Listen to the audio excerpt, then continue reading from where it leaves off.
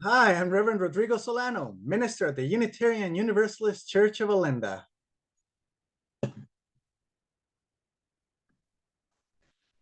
Earlier this month, many of us honored our dearly departed during our annual Days of the Dead commemoration. One of the ancestors in my family, which holds a place in that honoring, is my maternal grandfather, for whom I hold many memories.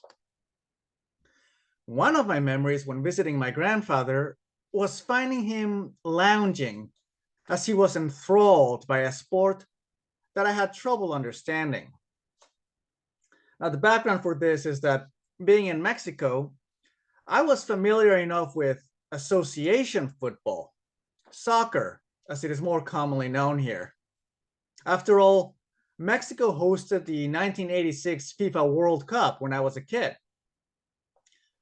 This is the cup when Argentinian player Diego Maradona scored both the celebrated goal of the century as well as the controversial hand of God goal, which was a goal guided by Maradona's hand, though the referees didn't see it. And while I wasn't part of the soccer fandom, it was hard to miss the large crowds that gathered before and after a game, or the fact that there were seemingly endless games on TV, apparently devoted to making me miss the latest episode of The Smurfs. Even with my tepid interest in soccer football, I understood the intuitive dynamic of the game. You put a ball in the opposing team's net without using your hands, unless you were the goalie or Diego Maradona. This is also one of the first lessons in English for many Spanish speakers, as we come to understand that the game's name, football, is essentially a basic instruction manual on how to play it. But my grandfather was a much bigger fan of another kind of football, American football.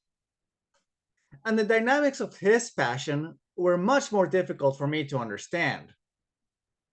Okay, so people from the US call themselves American, and that's where the game comes from. That part made sense. But why football? The feet only came in contact with the ball a minuscule amount of the active playtime. By that logic, I once reasoned, soccer could be called global handball. It's played all over the world, so it's global. And goalies do touch the ball with their hands every so often. So it could legitimately be called handball in the same way that the American version was football. Or so I reasoned at some point.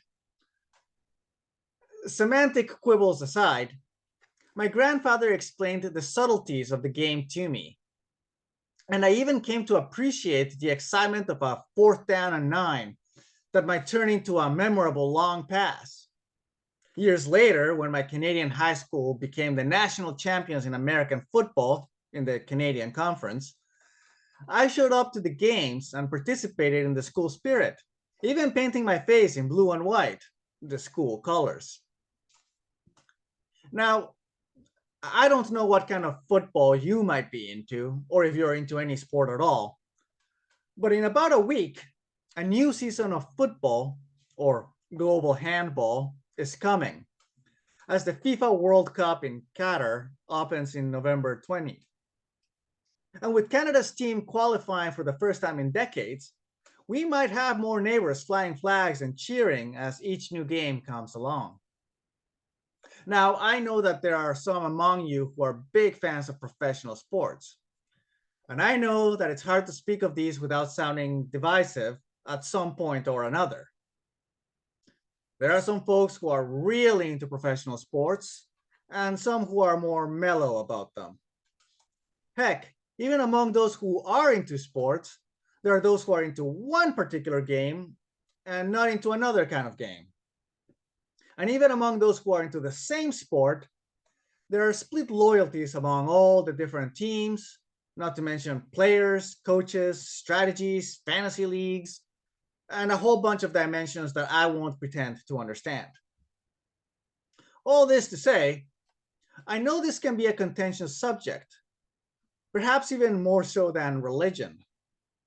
Come think of it, it might be accurate to describe some of the following of professional sports as reflections of a secular religion. I remember my years in Montreal when the Canadiens got the Stanley Cup playoffs.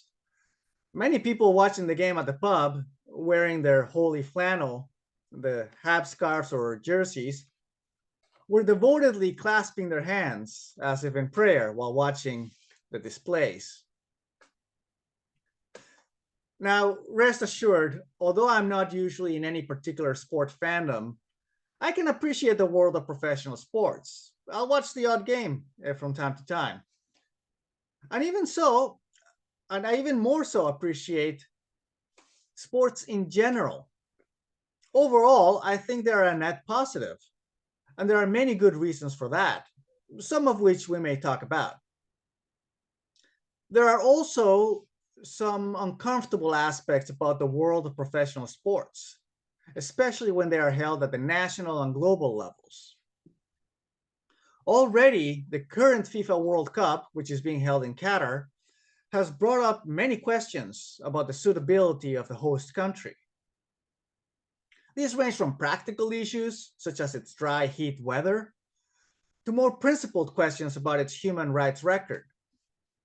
Indeed, this year's World Cup and its host have had a full quota of controversy. Of course, controversy is not new to World Cup events, or even to FIFA, as these questions also come up regularly with the Olympics and other major sporting events. Many of the host countries for worldwide sporting events routinely face questions about their human rights records, their employment practices in construction, the displacement of low-income families and local businesses for construction of venues, or even for the suitability of the local climate. That's without even mentioning perennial incidences of corruption and abusive behavior, be it in specific governments or in sporting organizations. I could list a whole bunch of places and issues, but each of these can be a long discussion on its own. Nonetheless, these are important questions to keep in mind. And let's not forget that some of these kind of scrutiny may come closer to home in 4 years' time, when Canada, the US, and Mexico all come together to share hosting duties for the 2026 FIFA World Cup. At the same time, international sporting events are touted as promoting the health and well-being of the global population. And there are good reasons to link sports with well-being. Of course, any physical activity, including walking, sit-down exercises, yoga, or dancing, have been extensively documented to measurably improve the health of body and mind. In team sports, in particular, teams can offer a place for communal and social interaction, as well as promoting team-building skills and setting norms for working toward a common goal. Often quite literally, a common goal. Even purely on their entertainment value, sports and their related events offer a fulfilling passion for billions of people, as some of our church's members will attest. Moreover, there is a case to be made that international sporting events promote a sense of international community. Even with my very mild interest in sporting events, I have to admit that I find opening ceremonies for the Olympics, for instance, quite fascinating. As I implied before, there is a certain spiritual, I dare say religious dimension to these. They are ceremonies, after all, with a spirit of celebration. And the choreography and storytelling that comes with these events, as well as the coming together of many nations, certainly plays a role in reminding viewers from all over the world that there is a lot of the world and the people who live in it. But this comes tied up with the inherent rivalry that comes with a competitive set of sports, especially when the teams are divided by nationality. When a newly unified Germany won the 1990 World Cup, I recall some people wondering what a renewed sense of German national pride might mean for global stability. This turned out not to be a major issue, but I heard people raising this question seriously. Sometime after scoring the Hand of God goal against the English team, Argentinian player Diego Maradona implied that his illegal goal had been revenge for the Falklands War with the UK a few years earlier. There's even a certified football war, an actual war that resulted after a soccer game dispute between El Salvador and Honduras. An interesting story in its own right. The actual value of these assets and liabilities can sometimes be hard to measure, and it might be unfair to tie any of the problems that come with these events with the sports or the games themselves. Indeed, many of these problems are persistently present outside of the sporting world. And these issues are often more related to how institutions run themselves, be they sporting associations, governments, religious groups, clubs, or businesses. Whenever there is a system in place by which things need to get done, it is important to ask how these systems may lead to some behaviors and outcomes. For instance, Ruben Jongkind, a coach and advisor in several Dutch professional football clubs, promotes an approach that emphasizes sport as a way to connect and grow together in terms of physical, mental, and community health, with a lesser emphasis on winning as the only goal. And there's a related video for this in the description. This is not to say that sport shouldn't ever be competitive. There are advantages to having a dose of healthy competition to drive self and team improvement.